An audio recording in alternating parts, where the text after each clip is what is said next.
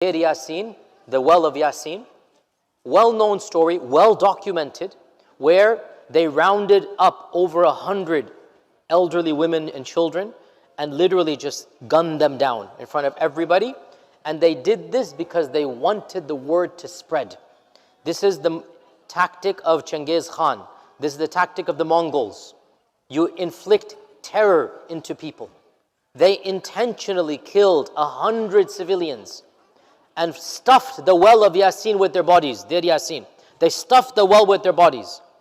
And they spread the word amongst the rest of the villages. This is what we did. What do you think the other villagers are going to do? Run for your lives. That's exactly what they did. This is an intentional tactic in the 1948 war. And we now have documented evidence that this took place at the highest level, commanded by the Israeli generals. Umar ibn al-Khattab conquered Masjid al-Aqsa when the Romans were ruling it. He was the first person to allow the Jewish people return because the Christians had banned them from coming back.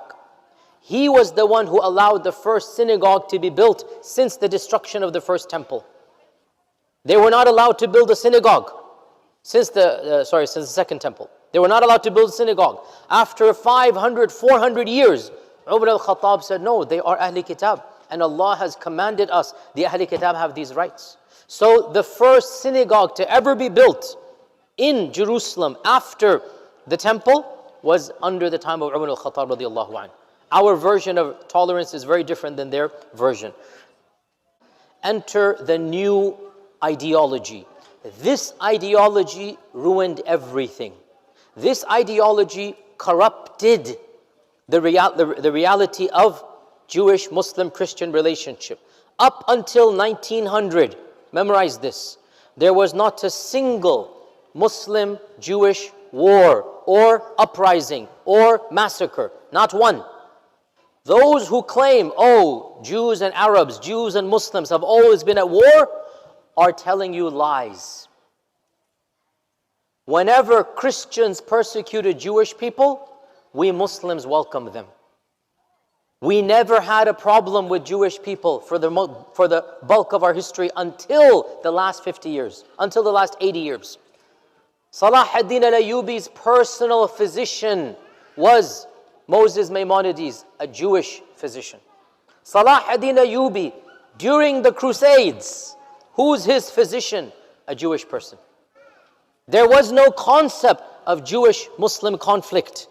Fact of the matter is, if you remove Zionism, you remove the state of Israel, Jewish theology, Jewish culture, Jewish law is very similar to Islamic law and Islamic culture. In World War I. And in World War I, Britain agrees to the Zionist demand. Why Britain? Because Britain knows it's going to win, or it thought it would win, and it did win. And Britain realized it would have power over these regions.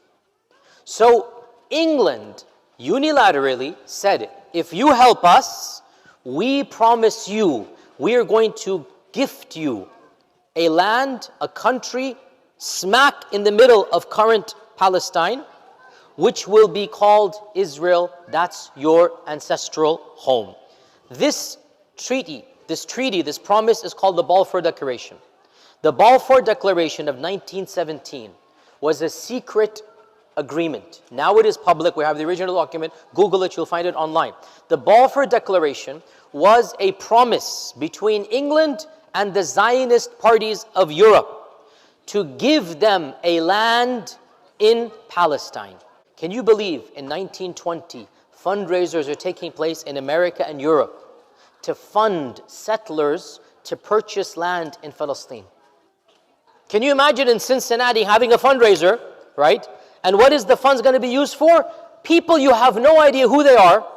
They're going to migrate to a new land. Your money will be used to purchase their house. Why? Our country is so fanatically, illogically, irrationally in support of Israel goes back to a misunderstanding of Christianity. This is a bit awkward, a bit technical, bear with me. Evangelicals believe that Jesus is going to come back. And when he comes back, he's going to establish heaven on earth, and heaven, the rupture will take place, not the rapture, the rupture is going to take place. And the elect, the chosen, are going to be entering heaven. So they want to expedite the return of Jesus. Clear? They want him to come back. Okay. What has this got to do with Israel? Evangelicals believe the main catalyst for the return of Jesus is going to be the Jewish people conglomerating in the land of their forefathers. This is not explicit in the Bible, but it is modern sentiment of evangelicals, evangelical Christians. And as you know, evangelical Christians are the largest and most powerful body of Christians in America. Evangelicals believe if Jewish people come together in the land of Israel, then and only then Jesus will come. Now, this is where it gets really weird. This gets really weird. You guys have to listen to this. And wallahi, I'm not making fun. I'm not cracking a joke. I'm being factual here. Evangelicals believe one of the first things Jesus is going to do is to get rid of the people who attempted to kill him and to annihilate them. And that's who? So they believe his coming is the end of the Jewish race. Do you understand the oxymoron? Do you understand the irony here? That we want to expedite the coming of Jesus Christ, who's going to get rid of all of you people. So, oh, you people, here's $1 million, take it. Those people understand fully what these people believe. And they're happily taking the billions of dollars. In 1967, the second war occurred, the 6-Day War. And the 6-Day War was instigated by Gamal Abdel Nasser, by Egypt. But it turned out to be a massive failure. And the Israelis launched a vicious counteroffensive in which American artillery, American ships, and British ships got involved. A lot of people don't know this, but this is a fact here. American and British systems, they didn't send troops, but air and navy and weaponry and technology. Again, Americans did not send troops in 1967, but Americans helped with the infrastructure, they helped with the bombs, they helped with the planes, they helped with the Navy frigates, and they helped with technology, radars.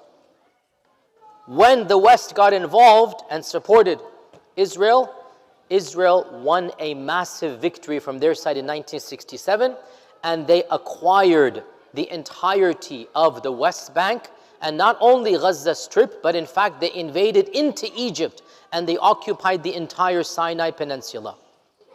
So from 78%, they basically acquired 100% illegally. More than 120%, because they got all of Sinai. They also invaded Jerusalem by tanks. They marched into Masjid al-Aqsa with their submachine guns, Uzi submachine gun, that much I'm positive. Their tanks rolled into the complex of Aqsa, and they conquered Masjid al-Aqsa by force. This is 1967. Jerusalem then came under their control. The West Bank came under their control. Gaza came under their control. All of this, the United Nations said, is illegal. They said it is occupied territories, but nobody cared. To this day, the United Nations calls these territories occupied, but nobody cares. Technically, this was never given to them in the first place. First Intifada takes place in 87. There are attempts for reconciliation. Our own Bill Clinton tries to get involved. Beforehand, Jimmy Carter tried to get involved. Nothing really comes to fruition. Why? Because every single time the Palestinians are offered nothing other than verbal promises. The Palestinians are never given enough to make it worth their while. You can't offer somebody to be in prison for the rest of their lives and they're going to accept that.